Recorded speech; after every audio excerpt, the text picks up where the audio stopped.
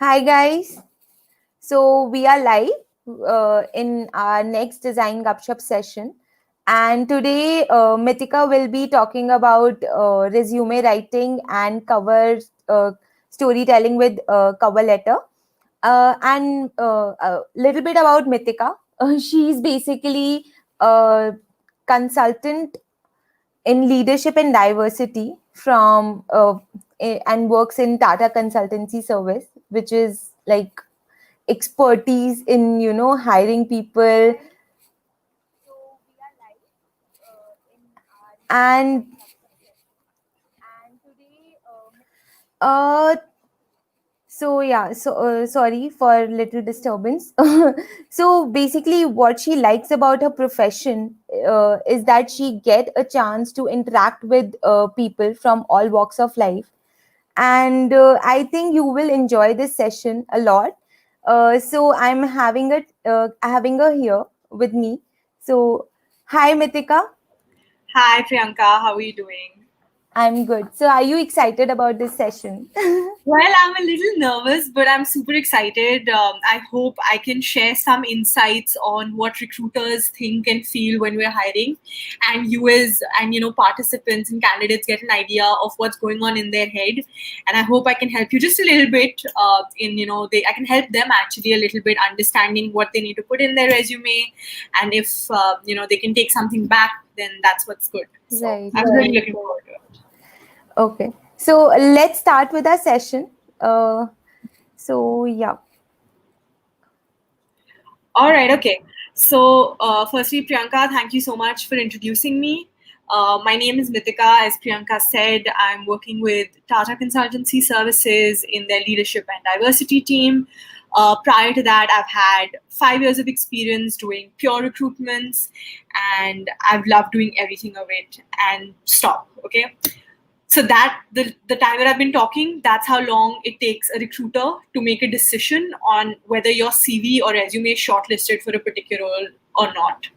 So my idea for this session is to just take you through some basic things on the resume, give you some insight on what it is that a recruiter looks for, as I said, and help you maybe just a little bit get shortlisted in those first 30 seconds when a resume is looked at by a recruiter, and at least get you into that pile or that list of people that at least receive the first phone call from them. So for the session today, I'm just going to take you through a little bit on the plan. I'm going to talk to you a little bit about what a resume is, take you through some resumes that have some bad and good elements so you get a practical idea of what it is you should and shouldn't do in terms of resume creation. Talk to you a little bit about the types of resumes that are coming up in this particular year with the COVID pandemic and how you can maybe differentiate yourself a little bit from the rest of the masses out there. A quick recap on the do's and don'ts, what should be in a design CV, and take your show your video on that.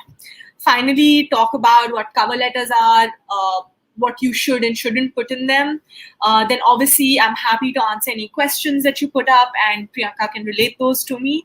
And finally, there are a list of resources that I think will help you, templates of resume letters, resume cover letters, some ad words that you can put into your resume, some templates for portfolios, etc. So that's what I'm going for. All right. Okay. So let's start. What is a resume?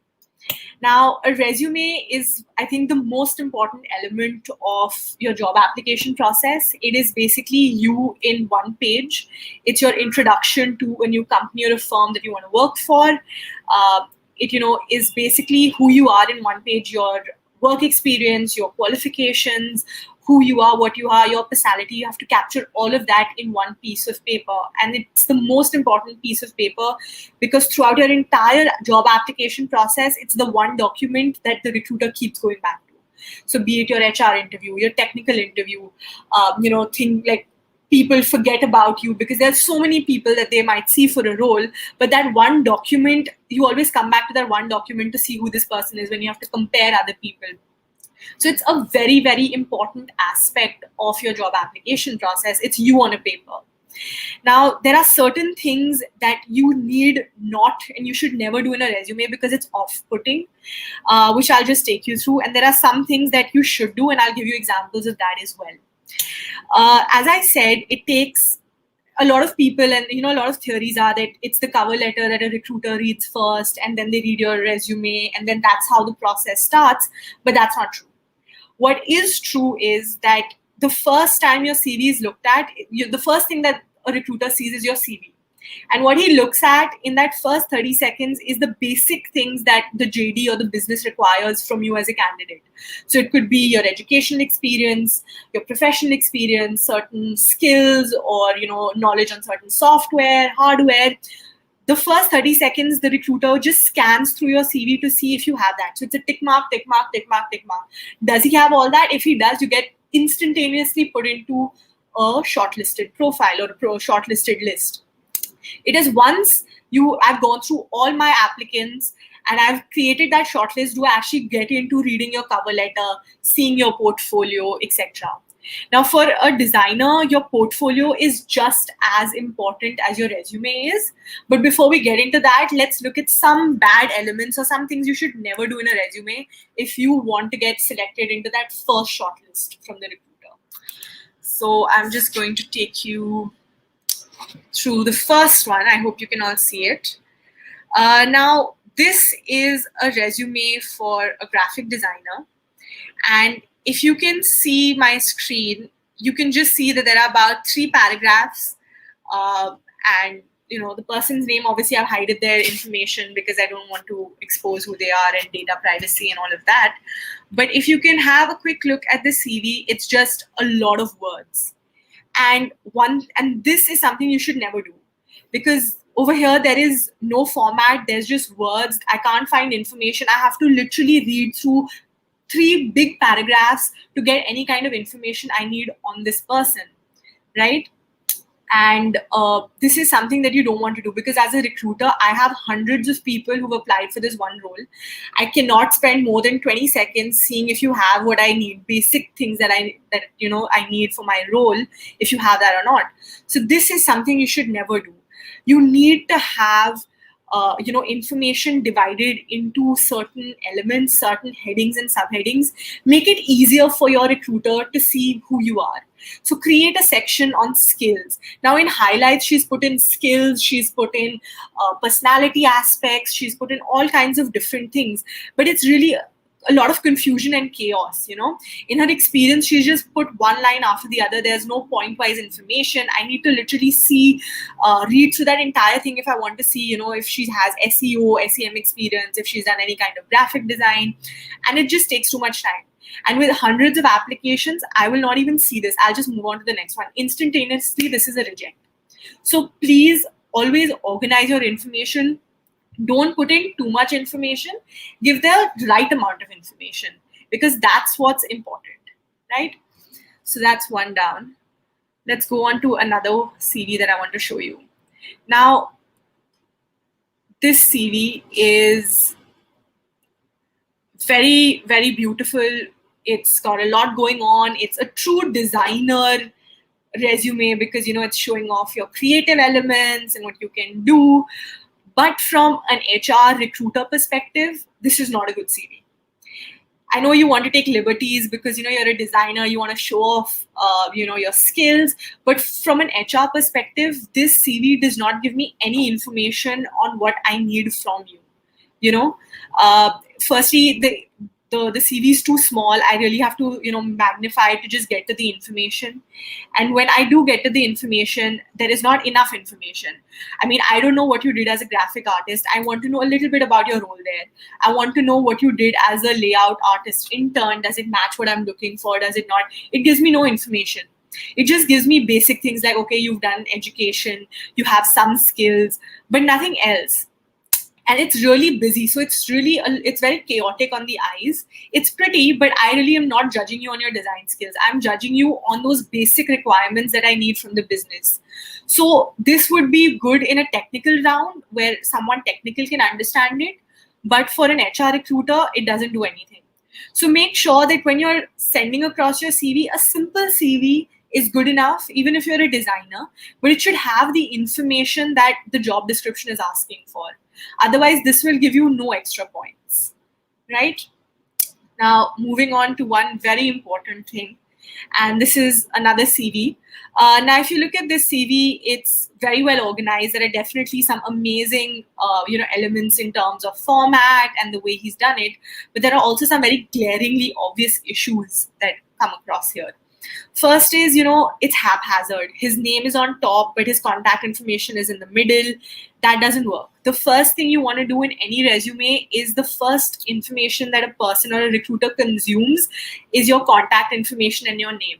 So you should always have those together with each other because it creates your persona or your identity in the recruiter's head, right? You can have an image, you cannot have an image, that's on your discretion, but have that information together so that every time I can open a resume, I know exactly where I need to go to contact you if you get selected. Now, the second thing this person has done is he's given us a short summary of his role and his objective here.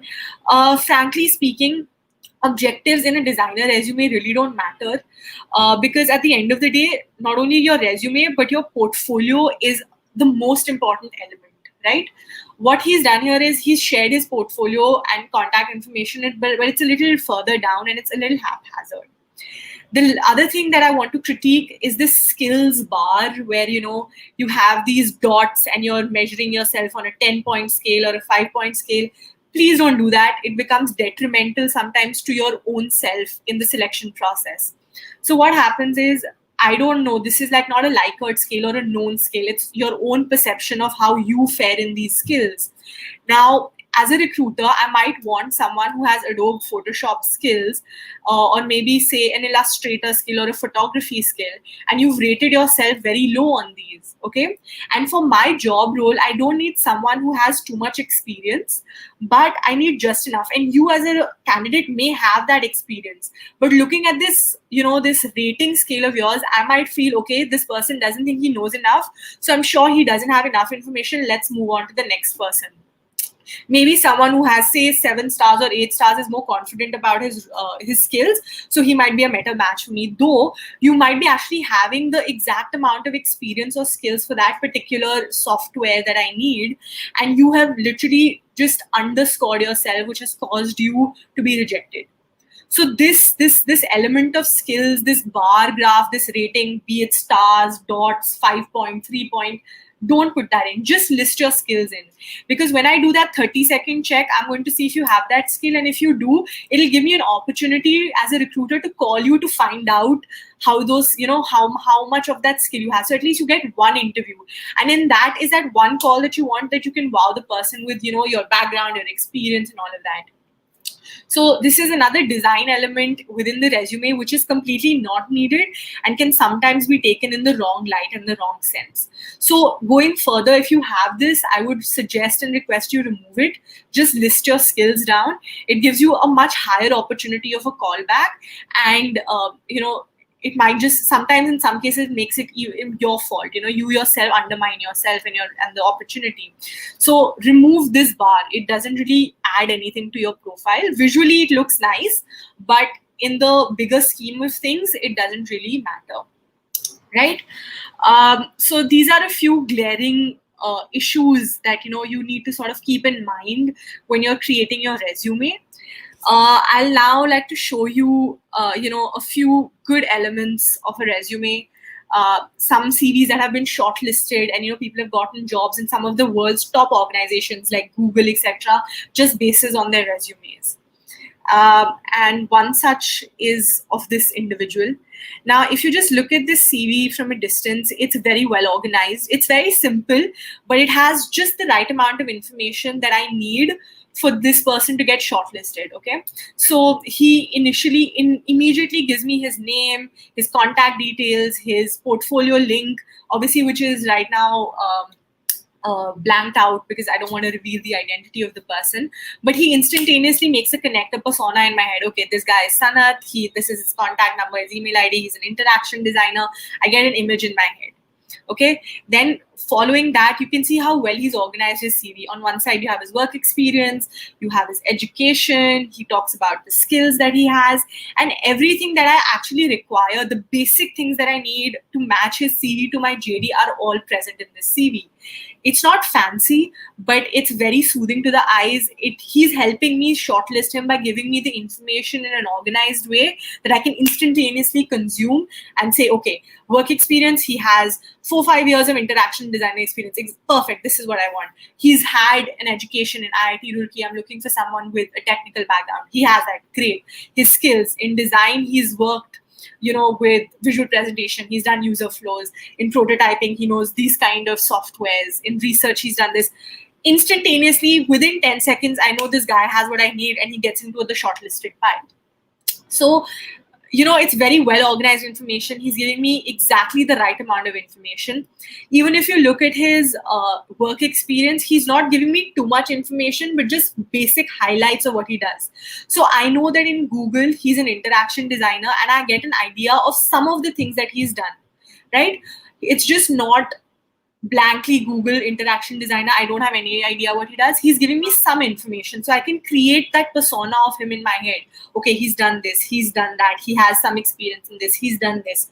That's what's important. So you need to put in those 3-4 lines of experience of what it is you've done, some projects that you've done. Okay, that becomes very important. I'll show you another really good CV that Baz mentioned. The design might be a little different, and you can take a few liberties in this, but again, if you see, the information is very well organized. I know exactly where his experience is, where his skills are. I can quickly check those and tick it off if they have it or not. He's given me his portfolio link. He's given me his LinkedIn ID if I want to check that out. One thing that I will definitely add here is that, in the education section, a lot of people just put in, like where they've done their degrees from, like their bachelor's or their master's. But this space of education can also be used to highlight, certain kinds of needs. Like Adobe has this fantastic need for designers, which, is always a good thing to have. You can put that here. If you've done some kind of course or certification, which, is actually adding to your profile, and it's something that the JD requires, you can slot that under the education section, so it makes it easier for me to understand. If let me show you another CV where they've highlighted the awards and rewards that they've received, so that definitely gives me more information, but in a very nice way.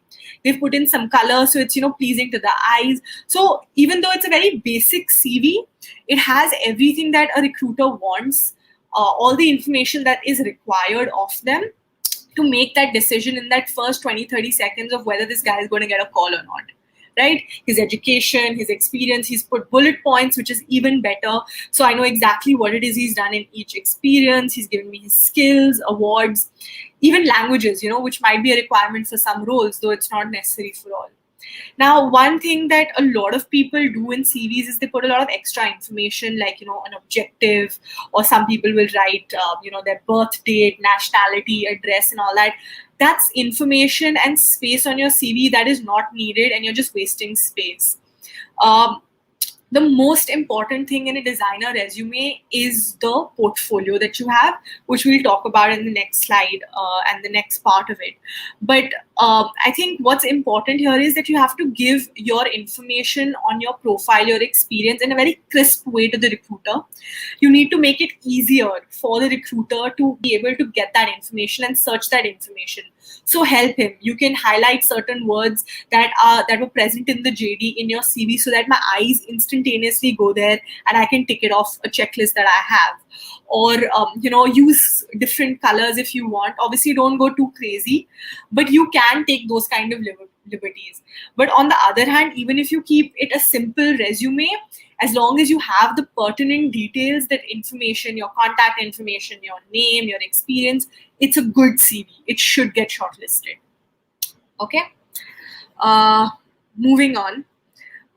The next part that I would like to talk to you guys about is the various sections in the resume. So I've spoken about some good elements. I've spoken about some bad elements in the resume.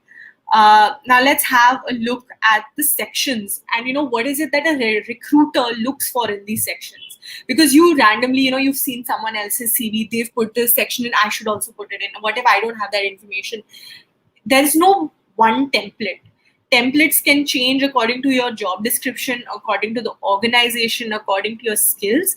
But yeah, there are certain things that all resumes should have, and what is it that a recruiter looks from them is what I'll take you through now.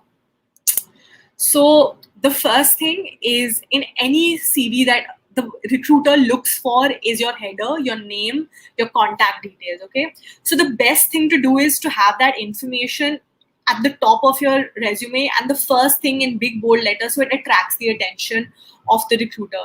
What it does is, this creates an instant connect with the recruiter. The person knows who you are. They can put a name to this candidate, who's reached out to them. It gives them the information they need to reach out to you. And that's very important, because we need to know how to contact you for the next steps in the job application process. So make sure that's very evident in your face. So it's easy for the recruiter to find. Don't hide it in like one of those CVs with the girl somewhere in the bottom where, I'm searching, okay, where is it? Oh, there it is. Don't do that. Make it bold in your face right there so that they know where it is at a moment's notice. Second thing, and something very important for especially designers, is their portfolio. So portfolio is maybe more important for a designer than a resume is, because a portfolio is the true, experience of the designer. So for UXers, it could be, you can put in your process documents of how, you came up with the end look of the app or the website. For a graphic designer, it could be a concept note of how he came up with the concept of a particular graphic, object or logo, whatever he's designed. Put that in your profile. Not only put in the end product, but put in the process as well, because that will really help a recruiter and the technical team get an idea and a flavor of, your thought process, how you think about it, your creativity. What is it that you thought? What is it you didn't think about? Sorry. So the portfolio becomes very important. Another thing is, and this happens so often and it's very irritating to recruiters, is that the link to your website or the portfolio is not working. So please make sure multiple times that when you put in a link to a website or a portfolio, that it actually opens up. Or, that if they copy paste that link, it doesn't open up to a 502 error, this page cannot be opened, or it's the wrong name or something. Just make sure it's right, because otherwise you're not really, the recruiter feels you're not being honest, that maybe there is an issue and you're lying to them. You don't have the experience, and many a times it can be a cause for you being rejected, because they've not seen if you have a portfolio that works, which is a very important requirement. So you might just go into a reject file. So make sure that the link or the URL that you've shared works, it's open, and if there is an issue, then make sure that you correct it and then you send the CV over. Don't think that you send the CV first, because what if the recruiter looks at it and you've not, cleared out the problem? It comes across as you being dishonest, which is something you don't want. So that's very important for a designer. The next thing is the objective. Now, an objective in a designer profile is not really needed, because your portfolio, your work experience will speak more of it. But in certain cases, you can use an objective to highlight certain elements of your job. So for example, if this the requirement is of someone who's worked in, say, the food delivery industry, and you as a designer have previously, maybe 4 years back, 5 years back, have worked with the food delivery company, it's not the first thing that I will see when I scan your resume. So you can put that in an objective to highlight that, saying that, hi, my name is XYZ. I have been working for so many years as a designer. I have experience working in the food delivery industry from this year to this year, doing this. So it just brings my attention to, okay, this is one of the asks, and you're bringing that to light. So in those cases, you can use an objective. But generally speaking, an objective just consumes space and is mostly ignored by a recruiter, because it doesn't really add any value to your resume as such. But it's a good tool to use when you want to highlight certain elements, like you've done this amazing Adobe workshop which certifies you for a certain thing which is important for the JD. Then put that in the objective, that last year I attended this session where I got certified for this, or I was invited as a speaker to talk about the UX design or the graphic design for this element. So for that you can use an objective. But if you don't have that information, if you don't need to highlight anything, then use that objective space for something else. So that's That's what the objective is for.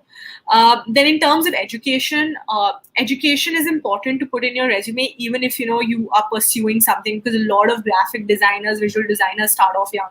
They've just come out of school, they're doing a course from outside, but mention it somewhere, because every JD, every organization has some basic education check or bar that they have to sort of corroborate with. So even if it's not what the recruiter is looking for, like an IIT, MIT, but you've done some sort of a course from some other institute that adds value, it can be discounted. But having that education is important, because just having an education might be a prerequisite of that role. So it's very important to have that education section. As I said, your education section can also be used to talk about any kind of meets that you've been on, any kind of talks that you've given or attended, that add to your profile in your CV and can be seen as a way to improve your skills. Okay. Then a skill section, where basically a recruiter is just looking for the tools and softwares that you've worked with or have knowledge on. As I said, please do not put a rating bar. It does not help in any way, because firstly, I don't know how you're measuring it. It's not a standard scale that everyone uses. It's a lot of perception. Okay. So if, say, I have two people of the same profile, and in one I'm looking for a particular software, and you've rated yourself as 3-star and someone has rated 5-star, I might just go with the 5-star thinking, he knows better. When in reality, that element you know better, but you've just underrated yourself. So it actually becomes detrimental. It might just cause you to lose an opportunity. So don't put in a measuring bar. It doesn't help anyone. Then practical experience, always put your practical experience in reverse chronological order. What that means is put the thing that you are doing right now or what you're doing current first, and then follow it back with the most recent information. Right? So it's easier for us to consume. We know exactly where you're working right now, what you've done in the past. It's just an easy process flow. I say this to a lot of people. If you can here, like for designers, there's a portfolio where you can put your things in. But sometimes, like for software developers, or if you're a UI UX developer, you might not have a portfolio, but you might have links to the apps that you've done, or you might have created a process document to reach that conclusion. Adding a link or a drive link for us to read that information is good to have. It's a surprise element, because recruiters are generally not looking for those things, and if you have it, it's a definite plus 5 points for your resume. Okay. So if you can put that information in, it adds a lot of value, and it's very important. Again, rewards, commendations, special mentions are good to have, and they're good to sort of put across. Also, you can add some elements of interest. Don't go all crazy and list all your hobbies, but you can, put in some passions, some things that give us some idea of what you are as what's your personality, who you are as a person. If you're someone quiet, someone who likes to travel, so you can put that certain elements of your own personality in. That's definitely a good thing. Obviously, it's optional. You don't have to put it in, but if you do, there's no minus points for it. So these were some of the elements that are must-haves in any CV, especially a portfolio and a designer CV is very important. And if you keep these, then it's definitely a good resume, right? So I hope that was helpful. And any questions that you have, you can send them across to Priyanka, and then we'll take it once I'm over with giving you all the information you need. Moving on, so something which is very relevant to these times are resumes in 2020. Now, the reason why I've put in this section is because we're facing a COVID pandemic. We're all working from home. A lot of people have lost their jobs, and a lot of resources are available in the market for any particular role. And if you're looking for a role right now, how is it that you can differentiate yourself from other applicants is how you can have a different type of resume which pulls the recruiter's eye. Now, these various types of resumes have been around for a long period of time, but it is actually now that the best use of them comes out, because it differentiates you from all the other masses that are using the same PDF Word resume. The first, which is something very popular, which has recently come into a lot of attention, is video resumes. Video resumes are resumes where people are individually in front of a camera talking about who they are, what they've done. And the best thing about this type of resume is that it gives the recruiter a direct, immediate idea of the personality of the person. Your personality shines through. We get a visual of who you are. We can, judge your communication skills. A lot of things that are maybes in a PDF or a Word resume, they just become glaringly obvious. I can check your communication skills, your style of writing, your comprehension. So it's a really good way to differentiate yourself from the others in the lot. It's something that grabs the eye of the recruiter. Another resume type is the animated resume, which is basically a hyped up version of, in PPT you had like the slideshows and all of that. So the animated slideshows, it's just a hyped up version of that where you can have information flying in, you can have sound effects. Just don't make it too crazy. Have all the pertinent information there for the recruiter to consume. But adding some music in the background, giving it a personality touch of yours, it's always good to have. You can obviously always attach a normal PDF resume along with your normal animated resume, so that if the person wants to take a printout and refer to it, they have that as well. But it's something that puts you apart from the rest, right? Then the other thing is a Prezi resume. Prezi resumes, I think we've all done Prezi presentations in the past, and Prezi has resume templates that are available for you to use. It's a good way. It brings some animation into your resume. It's a little away from the normal mundane. So you can definitely look into those. And last, tried and tested, always true to itself, the PDF Word resume. That's always your go-to. You should always attach that with any of the other types of resumes you want to use. It's just that having these other type of resumes just gives you a little bit of an edge over the others. It makes you a little different from the masses. It shows, the recruiter that you've put in that extra effort to, do something different, that you're passionate about this role, you're wanting to extend yourself. So these are all good things to have in a recruiter's head. It's definitely a checkpoint, right? Moving on, let's talk a little bit about the aesthetics of the resume. As I said, and some points to remember. One thing, make your resume very consistent. What I mean by that is, it should be easy on the eyes. The information should be easy for me as a recruiter to consume. So using the layout in a reverse chronological format is good to note. Having clear subheadings and distribution of information, like literally subdivide your information with proper subheadings, so I know exactly where I need to go for what information. Having a nice margin, a 1-inch margin around your resume, gives it a very neat, compact look, and it's easy on the eyes. So that's a definitely good thing that you can do. Line spacing, you don't have to follow it, but a good 1 to 1.5 line spacing comes easy on the eyes. It's easy to consume information for me as a recruiter. Leave white spaces. Don't add too much information, just the pertinent information. Also, saving your resume as a PDF is easier for us to access. Word may, because if you send it as a Word document, there are times where I might just press a wrong key and some information might get deleted or something. So it could be hazardous. So sometimes, generally send your CVs as a PDF, unless asked otherwise, then obviously send it in whatever format they like. I think a very important point to remember here is check for spelling errors. Spelling errors really off-put a recruiter when they're going through your CV. It immediately tells us that you're sloppy, you don't pay attention, and being a designer, your job is to look at the nitty-gritties of design, right? So that's like a huge design flaw. And many times I've attended technical interviews where the technical recruiter, the first question he asks a designer is, there was a spelling error here, why was that there? So it's very hard for you as any candidate, be it a designer or anyone, to defend that. So read your CV multiple times, look through your resume, ask your friends to review it so that they can give you an outside perspective, your family to read through it. They might just be able to point out some things that you miss because you're constantly going through it and editing it and trying to make it better. Now, I have a small video for you on designer resumes, and I have some experts who are talking about design resumes. It's hopefully a summation of everything that I've spoken about in about 4 minutes, and you can refer to it again and again. So I'm going to take you through that now. We're going to talk about how to build a standout resume for designers.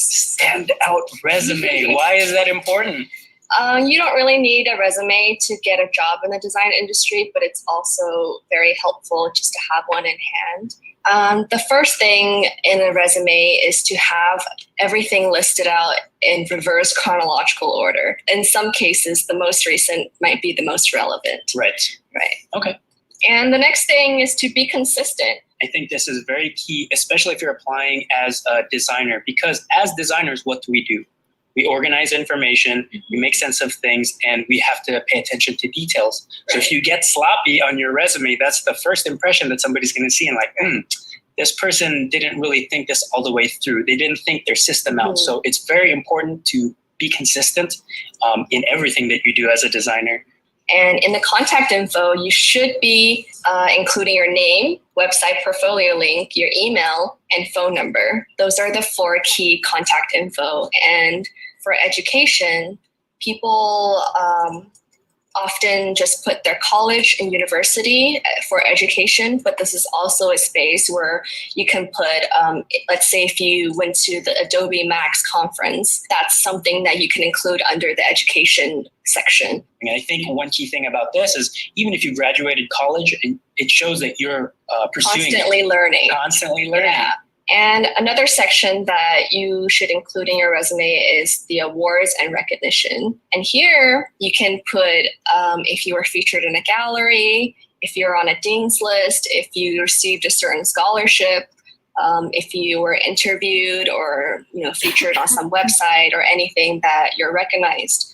Yeah, some of these things are actually quite nice, especially if it's a third party. If it's outside of your school, it's kind of nice. And there's plenty of organizations, competitions and things where you could submit your work. So it might be nice to add a couple of notches on your belt to show that you've been recognized by the design community at large.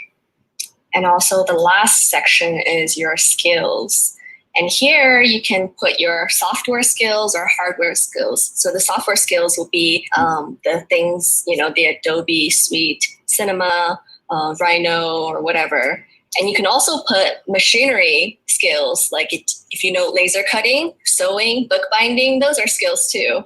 And this is optional. You can also put personal interests. I wouldn't list down all the things that you're interested in, but it's just to show the employers a little personality. This is where you can just add a little bit of you in the resume. And so now I'm going to talk about the do's and don'ts. So don't include an objective statement. So I guess the asterisk here is don't put an objective statement that says, I want to get a job. Right. You don't want to do anything generic like that. But I think if there is something clear that helps make it a little bit more distinct about and what your goal is with your entry for potential employment, then you could put something very, very brief there. Don't include proficiency levels and skills. This is what we're talking about. Where they have a full bar, kind of like 0 to 100, and they'll list down like right here, the Photoshop, it's almost to 100. And it's just confusing to me because I think there's so much to learn in Photoshop, especially After Effects. There's so many plugins. There's never an 100%. And also, don't be overly creative. I put this in quotation marks because I have a certain definition for them. They look like this, where they kind of look like infographics. It's too many tricks in the resume. All right. So recap, Emily, what are the most important things that our audience should be walking away with today as they go and make their resumes? I think the main objective is to keep it simple, keep it consistent, and also legible. That's the 3 key things that you need to overall should be in a resume. Right. I think that's the design aspect from it. As far as the meat, the content of it, it's very important to curate and edit down. Only show me what's relevant and customize it for the employer, because different employers are going to look for different things, and don't just send out a generic resume. Personalize it for that particular studio or agency that you're applying for.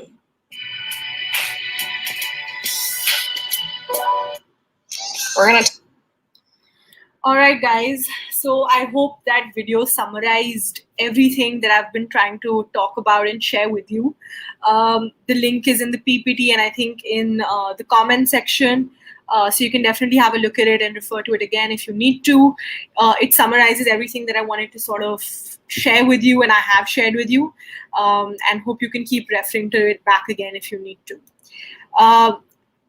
Moving on from there, the second element of today's session is cover letter writing and telling your story. So as Priyanka said, a cover letter is basically a way for you to tell your story to the recruiter. It is another very important document, but is not as important as some people say it is.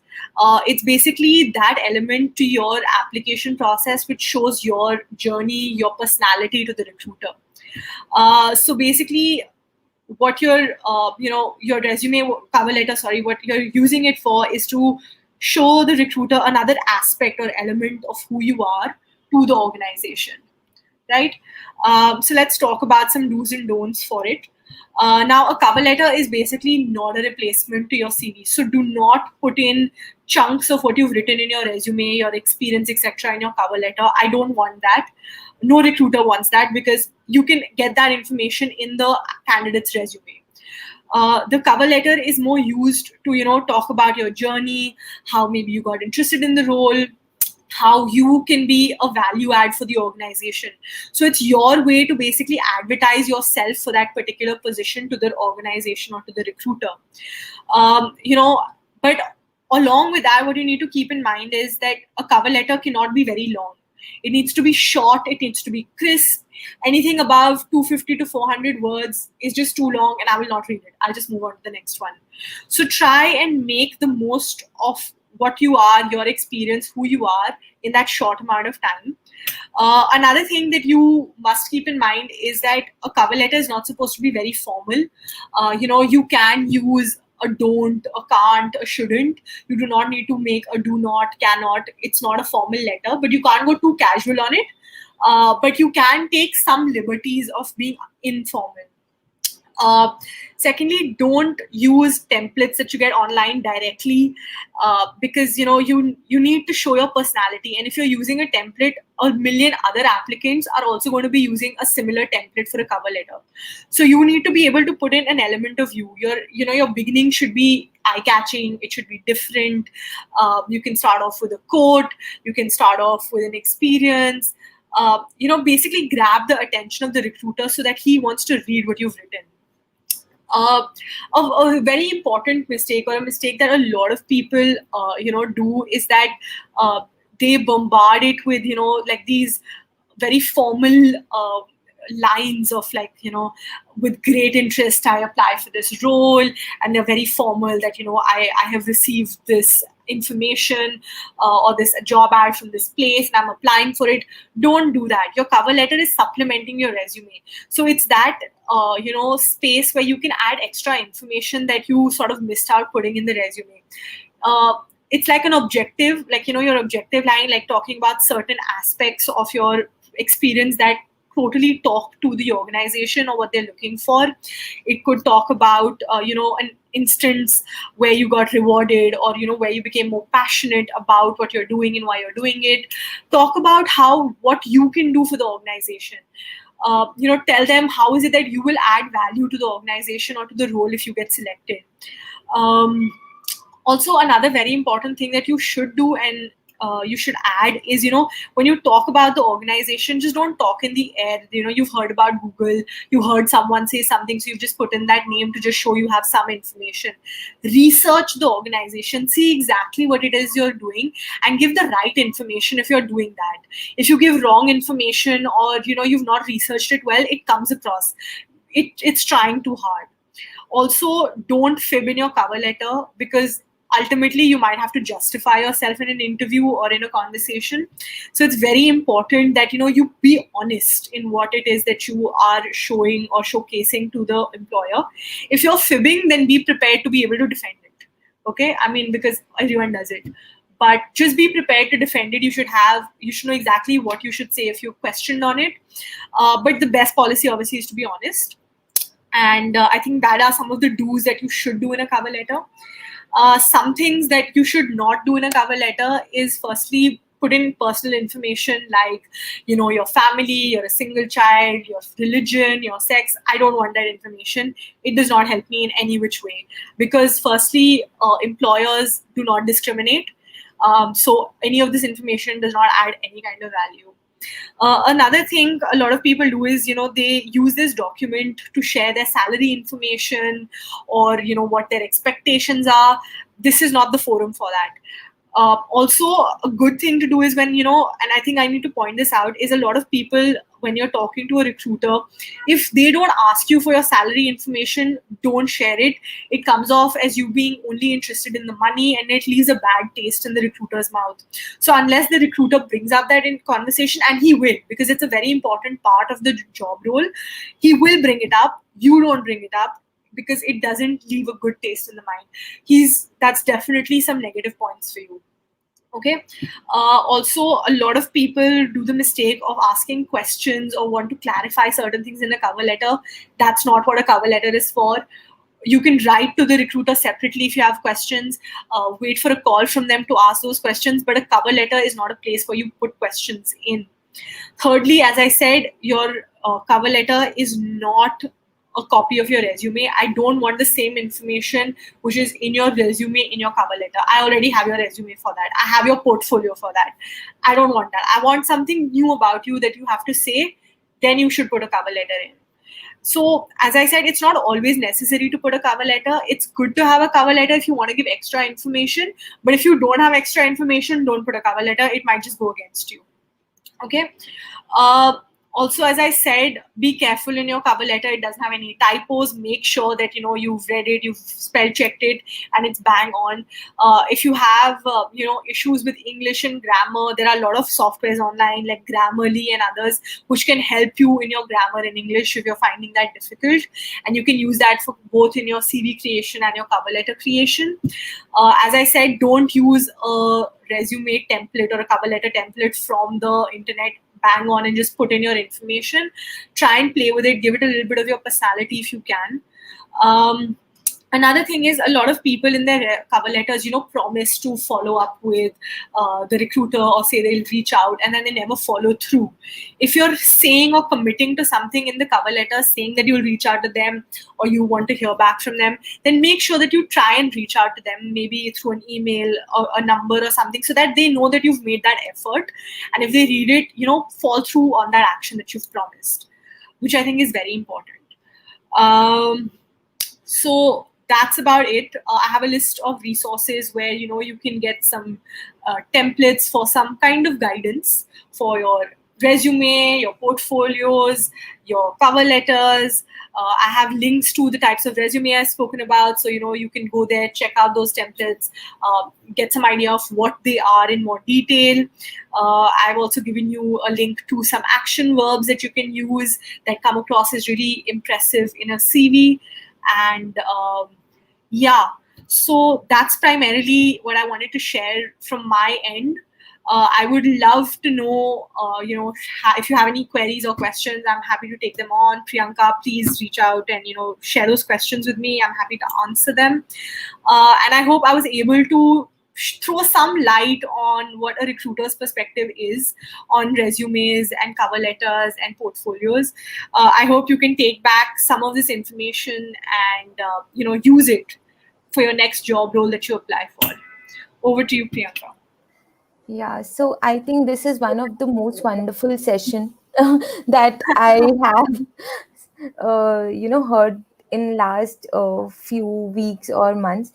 So I think it is really insightful, and I think there is a complete information about what you should not do in your resumes, because it could be it could bring like negative impact on your profile or your personality in terms like that. So I think that it is really insightful session, and like I'm sure that people have loved it, and I have got like a lot of questions. Okay, go for it. Yeah, so I would like to start from our first question, which is from Abhinav Raj. Okay. Yeah, so he says like, hey Mitika, with recent development, we see candidates using skills keywords for a SEO to get their candidature highlight. Okay. Though they have not worked, is it not important to have skills rated? Okay, so as I said, Abhinav, you know, having the skills there is what's important. If you rate your skills, it's your perception on how you're rating it. Okay, now if I have two candidates, okay, and of the two, like once I talk to you, I'll get a better understanding of your skill vis-a-vis his. But if you put in a bar for me, because my eyes will go there, and if I'm looking at them two side by side, if he's rated himself more on say all of them versus you, it's inevitable that I will call him up and I will give him the preference over you. And if I just have to make one selection, you will lose out. But if you've just put in your skills and you've not rated them, it gives me an opportunity to call you up and find out from you what your skill level is. I'm going to ask you, how well do you know this? So that is a definite guarantee of someone reaching out to you and asking you, and that gives you an opportunity to sell yourself to the person. It gives you an opportunity to talk about a lot of other things that maybe the person cannot get across in your resume. So the idea behind the resume is basically that you get the call for an interview, because that's where you're actually selling yourself, right? And if you already rate yourself and your skills beforehand, it's on a measure that I'm not aware of. It's not a standardized measure. It's based on your perception. Maybe the skill level that I'm looking out for, say someone who has knowledge for Adobe Photoshop, is not that high. But because you've rated yourself as like 2 points and someone has rated themselves as 4 points, I'll just think, okay, this person has more information, and more information is better than less, right? So I'll inevitably go with him. So what you're doing is you're literally just putting making an issue for yourself, and you're causing yourself to have problems, which I hope answers this question. Yeah, so it definitely answers this question. And we have another question from Vivek. He says, Okay. how to handle long, ugly links in print resume where they get lost if we put as Okay. hyperlinks. Okay. So I think one thing you can do is you can highlight it in a different color, make it bold, so it brings attention to the eye. Uh, you know, if it's like your portfolio link or something, obviously put it in the first, where your contact information is, because that's generally where a person will look for your portfolio information, in your contact information. And for designers, it's especially important that they have a portfolio link, because frankly speaking, that's what you actually get measured on. Okay. For a recruiter, your information, like basic ideas of your information, is important, but don't forget that I will definitely, if you have a portfolio link, show your portfolio to my technical guys who are searching for this role, and they will go through it. So, bringing any kind of attention to it, put it in a different font, make it bold, put it in a different color, all of that is good. If you're doing it in a PDF resume, please remember and note that if generally a PDF resume, you save a Word doc as a PDF resume. 99% of the time, the link comes through into the PDF. Okay. So, or if you use like Google Docs, it definitely happens in Google Docs for sure. So you can transfer your resume on a Google Doc and then save it as a PDF. Your link will definitely come through with hyperlinks. So I hope you can do that going forward. Or even if you can't hyperlink it, just make the link in such a way that I can copy paste it in my URL and check it out. So just highlight it. That's the only way you can gain attention to it. And if it's long, it's fine. It doesn't matter. You can use things like Bitly and stuff, but that's your discretion. Totally your discretion. And I think generally print resume is during your interviews. So Exactly. most of the time your interviewers has already seen those links, so they have Yeah. an idea. Exactly. So they've already, if you're called for an interview, they've definitely seen your portfolio and they know what it is. So it's not important at that point. Awesome. So we have another question. Yeah. So from Vinay Gupta, he's asking like, how can we approach a design lead of a company for a design internship opportunity on LinkedIn? Okay. So LinkedIn is a little different. When you work on LinkedIn, what's important is the message that you send to the person. Okay. Now, if you reach out to me separately, I can probably give you a few tips on that. But generally speaking, in a LinkedIn message for an internship, what you need to do is obviously introduce yourself, have something catchy as the subject line, because as a recruiter, I get lots of messages and I might not see it. So grab their attention with something, different out of the box. That'll definitely get the person to open your message. Then in the message body, you can talk about why you're passionate about being a designer, what is it that you like about the organization, and why is it that you want to intern with them. You can over here is where your research matters. You need to research the company, see what is it that they're lacking, or what is it that you have that they can benefit from, and talk about that. That will definitely at least get you a return message or a call from this person. Also, in the message that you send across, send in your resume, send in your portfolio link, so I have some kind of reference to who you are.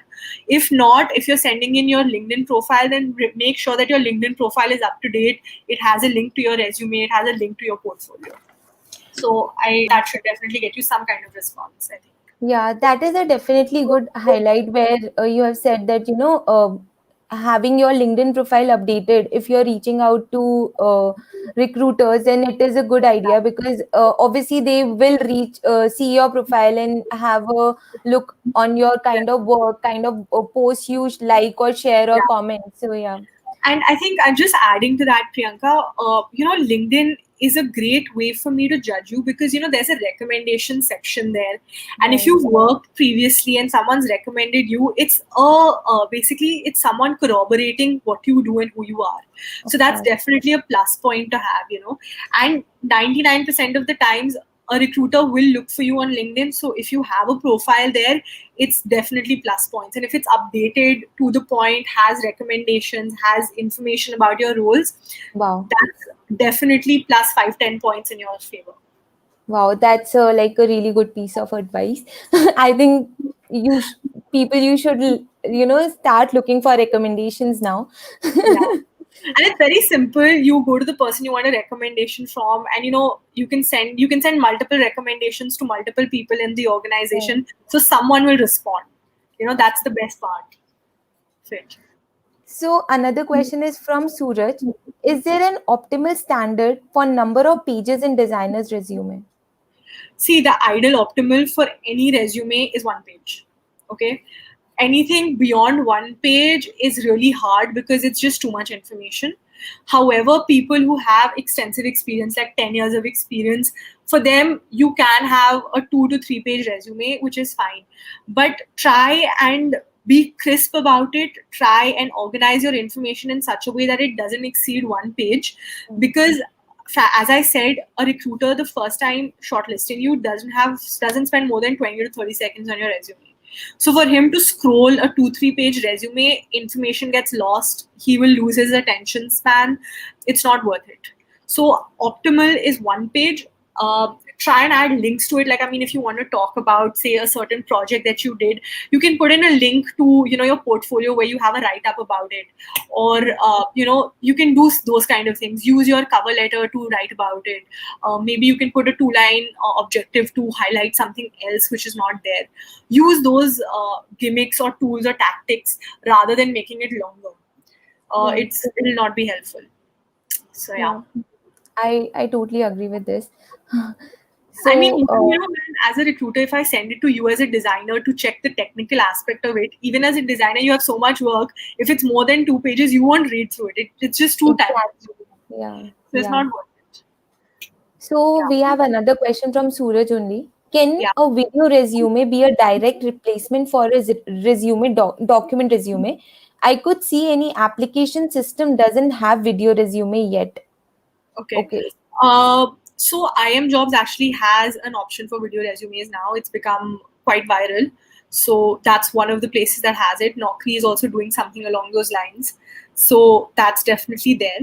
A video resume can never completely take over a normal PDF resume. And the reason for that is the job application process. When you're doing interviews, face-to-face interviews, a lot of people like writing down points. Okay. I know things have become a lot has changed. Everything's gone digital, online.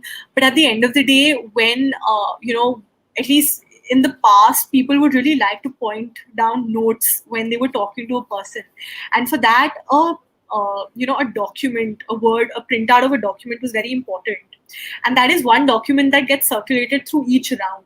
It's where you put in your feedback, you write notes, it goes to the next level, and it goes further. And in the end, if you're confused about two candidates or something, generally they look for the paper document for comparison. I think in today's day and age, maybe that's changing, and you'll have Excels, having that.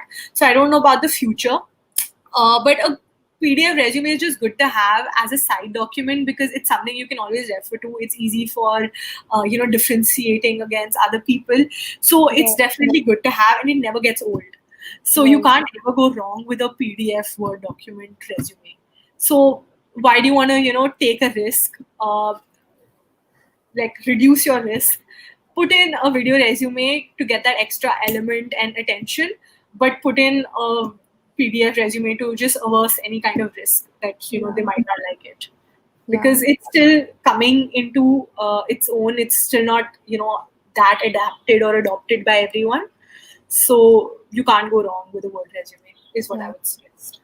So I think even a recruiter has to browse through each and every part of resume so nicely and clearly, and have to make a document all the points that he has mentioned about his skills, about his objectives, and all those things. So it is a kind of tedious task. Very true, very true. And it just helps. It just organizes all that information in a video also in one place. So it's just easy to refer to going forward. Right. So there's another question from Suraj. A well-organized LinkedIn profile portfolio, can this be a replacement for a document resume and cover letter? Again, a lot of people applying on LinkedIn for these roles just send across their LinkedIn profiles for a resume. And in certain cases, yes, but then your LinkedIn profile has to have all the information that your CV would have. So, it needs to talk about your skills. It needs to have your link to your portfolio. It should, show your recommendations. It should talk about any kind of, how do I put it, any kind of talks, etc. you've taken, your rewards. If it has all those details, then yes, your LinkedIn profile can be a substitute for your resume, because LinkedIn at the end of the day is like your virtual resume. So if you manage to put in all your details, then recruiters have the option of downloading it as a PDF, so they can refer to it as a resume. So it is possible. But you need to make sure that all your information is there. You can't miss out. You can't not have a certain experience that's important. You can't not have a portfolio link there. You need to make sure all of that is in there. But then, it can work as a replacement. Yeah. So another question is, for a designer, how important is a freelancer experience? Given the work done is actually good, for few other job roles, freelance experience is not even most of the time considered. Okay. So I think it really depends on the organization that you're working for and the kind of role it is. Okay. And let me tell you something. If you're good, and if you're able, and if you're good, and if that's what the general design community thinks, that you have good work, then irrespective of you being a freelancer or working in a job or whatever, it doesn't matter, because at the end of the day, I am looking at your creativity. I'm looking at how you think, what you can give to me. It doesn't matter if you've done that in an organization, you've done it for many organizations. The only downside of freelancing work is that HR feel that you might not be consistent or stable enough, that you might leave them really quickly if there's a very important project that might take a long time. So that's the only downside of freelance work. But if your freelance work is good, if you can convince the recruiter that you're wanting to stay in this job, you're looking for stability, you're passionate about it, you want to work for them, you can overcome it. So at the end of the day, I think it really depends on the role that you're going for, and if your freelance work speaks to that work. If it matches what we're looking for, be it freelance, be it in a job, it doesn't matter. It doesn't matter to a good organization. It will not matter. Right. Okay, so we have another question. If the portfolio of designer is a medium link, means Okay. if Yeah, so, would I it, understand. Yeah. yeah, would it help rather than a Dribble or Behance portal? See, it doesn't matter if it's a Behance link, a Medium link, a Dribble link, or your own website, as long as you're able to showcase your work to me. Uh, if you can put up your process documents and showcase your work to me, that's what's important to me. It doesn't matter to me if it's on a Dribble, Behance, your own website. That is not a criteria for me. Your work is a criteria. Me being able to view it as a criteria. So at the end of the day, that doesn't make any difference whatsoever. Right, right. So we have another question from Rashika. Okay. Apart from video resume, changing format of resumes, how can we make a very simple basic PDF resume stand out if not by using illustration and other graphics? Okay. So as I said, Rishika, um, for a HR, for a recruiter who's looking at your profile, it's not the design that matters, because at the end of it, I don't have that design sensibility. What might appeal to me might not actually appeal to the technical design guys who are going to look at it. So for me, what's important is your information that you're sharing. If your information is bang on, that's all that matters to me. So I mean, I showed you some good resumes in the past. If you saw, their design elements were just like, little tinges of color here and there, but their Right, basic resume was very simple. And these guys are guys who've been shortlisted for roles within places like Google, Amazon, like these really high, Facebook. Like, these are the guys who've been hired by them basis this resume. Okay. right, So at the end of the day, showing a design elements in a resume doesn't really speak to me, because as an HR, my design sensibility might be totally different. My likes, dislikes will be very different. I don't like cartoon characters, but I like color. As another recruiter might have understand cartoon characters more than color. They might think it's too basic. So HR ke liye, it doesn't matter. What matters is the information you're giving to me. So that even in a basic PDF works. Your design capability and all of that comes when the designer or the technical round happens. So I think where you can show your design expertise is in your portfolio. How you've designed your own website, or how you've displayed the portfolio ka designs information. I think that's where you can get your design elements and whatever further skills are. right, right.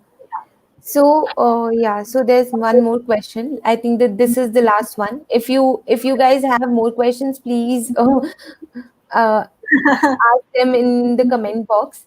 So yeah, it's I'll be from happy to Sushmita. It's from Sushmita, answer. Okay. and yeah, so we can't have directly contact every time to the recruiter of the company looking for.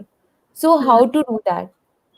For Uh, GIS oriented job roles, can we add some project pictures of that? So maybe you know that better. Uh, so I think when you say you can't contact HR people for a particular job role, I think what you can do is go on LinkedIn and search for someone who's working in that firm, create a connect with them and reach out to them to connect you with the HR or share your profile. That helps. Okay. So you'll get some kind of a contact into the firm, and they'll definitely be able to get you in touch with HR. It's a lot more effort from your side, but it definitely is a plus point in your regards, because you're making that effort. Right, In terms of adding pictures of your designs in the profile, you can do it, but then use supplement pages. Like, don't, if you're writing like in, I've worked in Google and I rate this, don't put your project pictures or whatever within that. Give a link to an external drive or document that they can access, or after you finish your one pager of all the information, then maybe after that you can put in those designs in. But don't put it on the same pages where you're putting all your information. So I have one page of all the information, so that's easy for me to consume, and then later on you can put in like in the second or the third page if you need to. Ideally, it would be best to put in links, because then you can have complete access and have more space, more time, or like more area to showcase what you want to showcase. right, right. So yeah, It's not a bad thing. Just don't put it in the middle of your resume. Put it at the end then as like supplemental pages, so that it's a And I feel that it will increase the number of pages unnecessarily. So yeah. rather having a link is a good idea. Exactly. And also, when you put in pictures, it just makes your file heavy. So there are certain companies Yeah. like TCS has a 10 MB limit. So any email coming from an external source heavier than 10 MB, it'll bounce back. I will not even get it in my mailbox. Right, right, So you never know what it is for other companies. So you should just hedge your bets on that. right. So we have another question. Can we put detailed contact like phone, email, info in the footer and include only few links at the top because the contact info wastes space and not important at the first look? I see. I would disagree with you because your contact information is the way I will get in touch with you. Okay, so it's very important information. If you send me a CV and I don't know how to contact you if I like it, it's a moot point.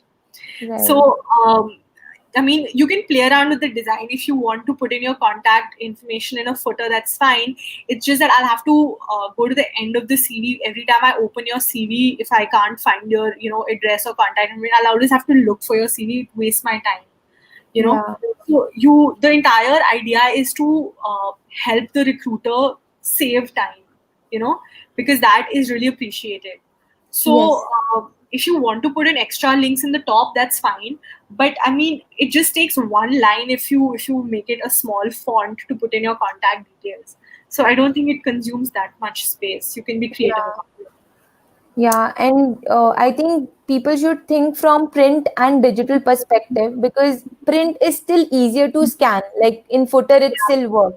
But for a digital resume or a PDF, a person has to scroll like till the exactly. end to get the information. Very Yeah, true. Very true. yeah. So I have one question. Okay, go for it. so, so, do you think that resume content matters according to different professions? Yes. So Okay. I think another way to put it is that what you find in a UX, what you're looking for in say a UX designer role, for a recruiter is very different for what you're looking for in say a graphic designer's resume or a visual designer's resume or a UI UX developer. And here I'm not talking about the aesthetics of it. I mean, you can have the same aesthetics, but the content will differ Right. because what a UX guy does, a visual designer doesn't do. What a UX guy works with, a visual designer doesn't work with. There could be some overlap, but the technologies that you use, the work that you've done is very different. So Okay. content will definitely change as the position changes. Right. A lot of people, come up to me and say that, we should just have 2 or 3 types of resumes and, we use that. Like if I'm applying for this kind of a role, if I'm applying for that kind of role. My only problem with that, Priyanka, is that, every role is different. Even within a UX designer role, what one company is looking for, there is something else the other company is looking for. So like Right. if I can take an example, when I was hiring for one of my firms nearby, balsamic was a very important element and aspect. They were really working a lot with it, right? Right. Right. But when I was working for OLX in the UX designers, they wanted him to have extensive Adobe experience. Okay, Right. Yeah. so the weightage that I would give to someone who had done balsamic vis-a-vis Photoshop in these two roles was different. So then what I Right. look for in the content itself also is very different. So you need to customize your CV to what that person is looking for and Right. highlight that information which is important so that when I as a recruiter am looking at it, I can easily check and tick mark those Right. aspects that meet the JD. So that's Yeah. very So I think deciding the content for resume is really important, and on basis of GD, you should revise it and update very it. true. Very true. Very true. Yeah. So I think like it's a very insightful session, and we have learned a lot today about the good of do's and don'ts of resume. What are the kind of resume which can make us reach to Google or Amazon. So I hope so. I hope that helps you guys to reach there. I don't know if it will, but I really hope it does. At least I've tried to equip you with that, so I hope it helped. yeah, it was a wonderful session. So I think like I'm getting like a lot of amazing things about session. Like so there are a lot of things. So thanks, Meetika, for your time, and like it is really lovely to have you at Design Gupshup. Thank you so much. It was really an honor for me to sort of be invited here and share, what I know. So thank you for giving me that opportunity, Priyanka, and for making this happen. Thank you so much. Thanks, Meetika. All right. So yeah, so guys, stay tuned to next Design Gupshup session, which might be on research framework and personas. Obviously, the dates are not announced yet. We will be announcing them soon. And with Meetika, I'll be going through all the resumes that you have shared. We will be sharing the feedback on those resumes because you have made an effort to share it with us. So obviously, it's our duty to go through each resume and share our feedback on that. So definitely just wait. We will not commit you the time, but mostly by next week you will get the feedback on your each and every resume that we have received till now. So yeah, so bye.